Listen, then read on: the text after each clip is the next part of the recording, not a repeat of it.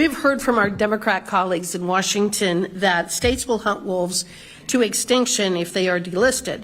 We know from experience in my home state of Wyoming, however, that that is not the case, as the wolves have been delisted since 2017, and we have maintained and protected a healthy population, while at the same time they are subject to a regulated hunt, and in the vast majority of my state they're actually designated as predators, meaning that they can be shot at any time.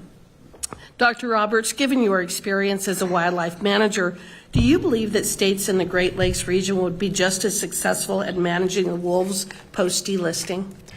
Absolutely. I believe they have the competency to be able to manage wolves and to do so in a sustainable way. I think it's likely that they would manage for less wolves, or some states may opt for that, but I am certain that they will be able to manage to retain some wolves on the landscape. Well, I spent quite a bit of time in preparing for this hearing today, reviewing your Minnesota Wolf Management Plan dated 2023 to 2032, put out by the Department of Natural Resources. And if you go to page 9, it actually states that although this plan was developed in response to federal action, the 2001 plan, which was the predecessor to this, has guided wolf management through multiple ESA listing and delisting decisions.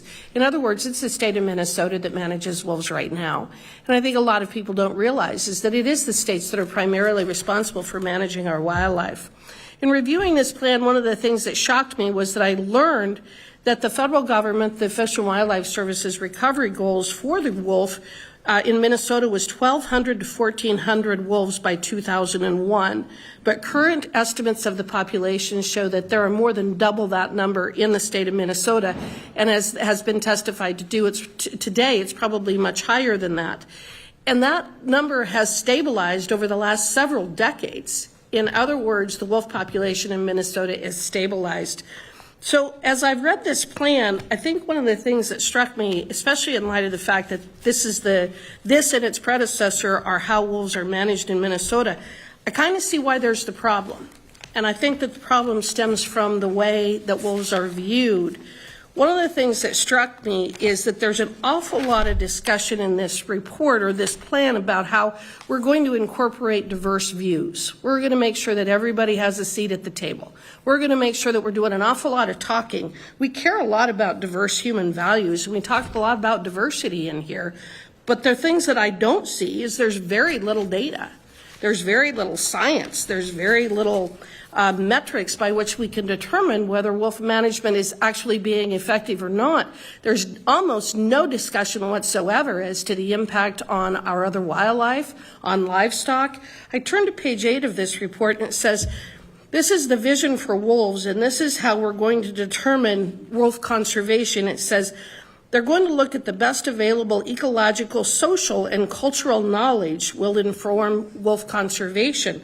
I don't know. I'd like science. I'd like data. I'd like to know about resilience. I'd like to know the numbers. I'd like to know the history of wolf recovery and management. I'd like to know how they're balancing the wildlife needs and protecting the prey and making sure that we're also protecting our livestock industry. There's an awful lot of information in here, but there's not a lot of information in here.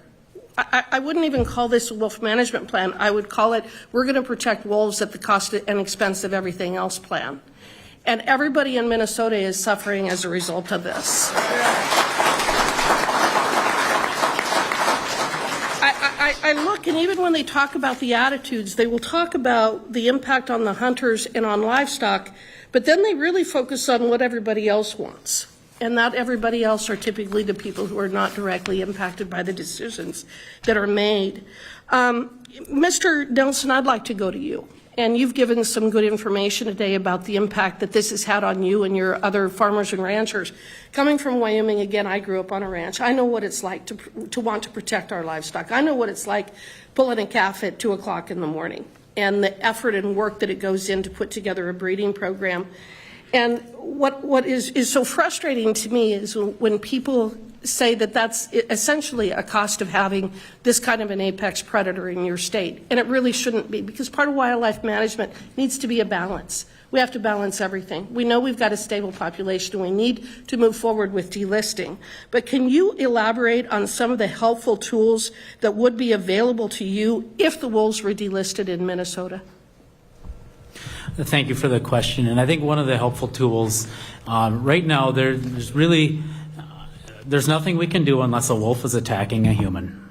So either myself or my family, or that is the only thing that can happen. And right now, the wolves are getting more and more brazen, and I believe there needs to be a healthy fear. And I think that needs to come both from humans and from wolves. And right now, that doesn't exist. And I think it can be there, and we can maintain populations and maintain goals, and at the same time be able to put a respect on both ways. I don't think there's a respect from either species for each other right now.